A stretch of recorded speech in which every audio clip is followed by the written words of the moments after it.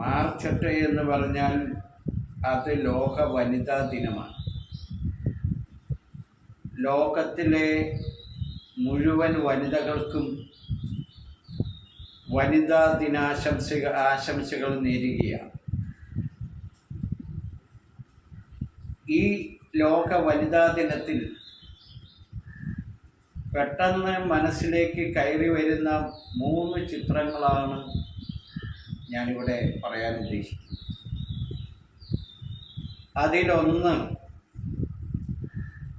2 കുഞ്ഞുങ്ങളെ ചേർത്ത് പിടിച്ചുകൊണ്ട്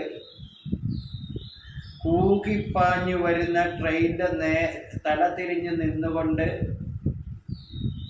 2 കുഞ്ഞുങ്ങളുടെയും തൻ്റെയും ജീവൻ ട്രെയിനിൻ്റെ മുമ്പിൽ ചിന്നിച്ചിതർന്നത് നാട്ടുകാർക്ക് കാഴ്ചവെച്ച ഷൈനി എന്ന യുവതിയുടെയും 2 പെൺകുഞ്ഞുങ്ങളുടെയും ചിത്രം. രണ്ടാമതായിട്ടുള്ളത്,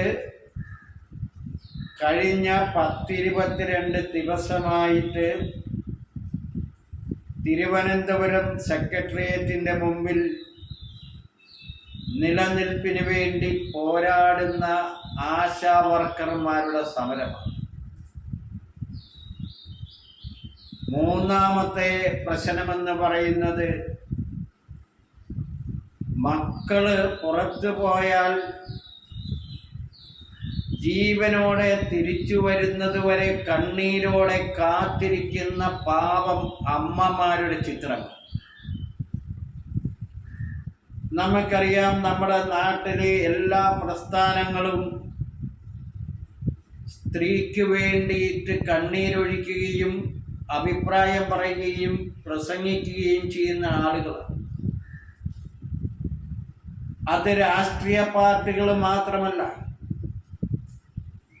നമ്മുടെ നാട്ടിലെ മതസംഘടനകളും സ്ത്രീകളെ ഓർത്ത് കണ്ണീരൊഴുക്കുന്ന ഇനത്തിൽപ്പെട്ടവരാണ്.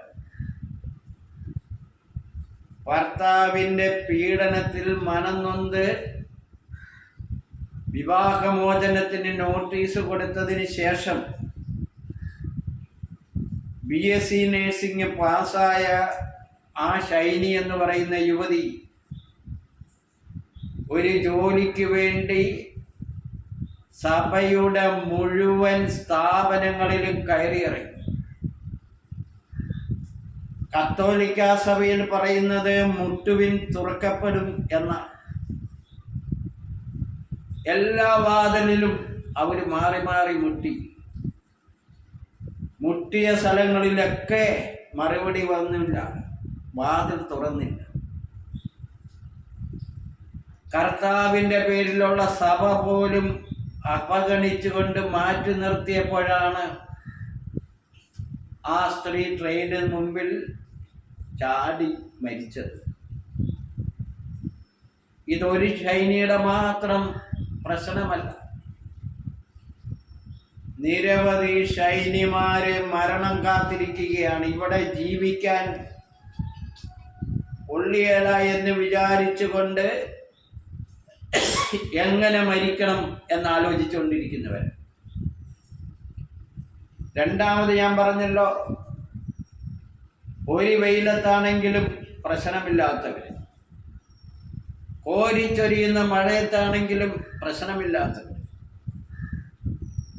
കേരളം കോവിഡ് ബാധിച്ച് ലക്ഷക്കണക്കിന് ആളുകളുടെ ജീവനില്ലാതായപ്പോൾ മരണസംഖ്യ വർദ്ധിക്കാതിരിക്കാൻ രാപകലില്ലാതെ കഷ്ടപ്പെട്ട് ജോലി ചെയ്ത ആളുകളാണ് നമ്മുടെ നാട്ടിലെ ആശാപ്രവർത്തകർ.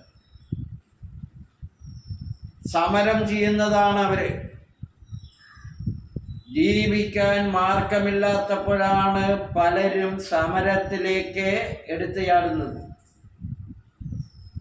സമരത്തിലൂടെ വളർന്നു വന്ന പ്രസ്ഥാനമാണ് ഇന്ന് കേരളം ഭരിക്കുന്നത്. ആ പ്രസ്ഥാനത്തിനും ആ പ്രസ്ഥാനത്തിൻ്റെ പിന്നിലുള്ള ചില നേതാക്കന്മാരും ആശാ വർക്കർമാരുടെ സമരത്തോട് പുച്ഛം. അവരെ പാട്ടകുളിക്കുകൾ എന്ന് വിളിക്കുന്നു. കേന്ദ്രമന്ത്രി അവർക്ക് കുട കൊടുത്തപ്പോൾ കുട മാത്രമല്ല ഉമ്മ കൂടി കൊടുത്തു എന്ന് ആക്ഷേപിക്കുന്ന CITUവിൻ്റെ നേതാക്കന്മാർ. തൊഴിലാളികൾ എന്ന് പറഞ്ഞാൽ അത് CITUവിൻ്റെ ഉള്ളിലായിരിക്കണം എന്ന് നിർബന്ധ ബുദ്ധിയോടെ ഇരിക്കുന്നവർ. നമ്മുടെ നാട്ടിലെ യുവതലമുറ ഇന്ന് കണ്ട ഒരു വാർത്ത ഞെട്ടിക്കുന്നതാണ്. 11 വയസ്സുള്ള സഹോദരൻ 10 വയസ്സുള്ള സഹോദരിക്ക് MDMA കൊടുത്തിരിക്കുന്നു. 10ാം ക്ലാസ്സിൽ പഠിക്കുന്ന കുട്ടിയെ മറ്റൊരു സ്കൂളിൽ 10ാം ക്ലാസ്സിൽ പഠിക്കുന്ന കുട്ടികൾ തലക്കടിച്ച് കൊന്നിരിക്കുന്നു. ഇത്തരം സംഭവങ്ങളിലെല്ലാം ഏറെ വേദനിക്കുന്നത് അമ്മമാരാണ്, ഇവിടുത്തെ സ്ത്രീകളാണ്, വനിതകളാണ്. വനിതകളുടെ മാത്രം പ്രശ്നമല്ലെങ്കിലും കൂടുതൽ വേദനിക്കുന്നത്, കൂടുതലായിട്ട് കണ്ണീരൊഴിക്കുന്നത് സ്ത്രീകളും അമ്മമാരുമാണ്. അവർക്ക് ഈ വനിതാ ദിനത്തിൽ മുന്നോട്ടുള്ള ജീവിതം നിലനിർത്തുന്നതിനുള്ള പോരാട്ടത്തിന് വേൾഡ് സോഷ്യൽ റൈറ്റ്സ് കൗൺസിലിൻ്റെ എല്ലാവിധ അഭിവാദ്യങ്ങളും അർപ്പിക്കുന്നു. സ്നേഹത്തോടെ EM ജോസഫ്.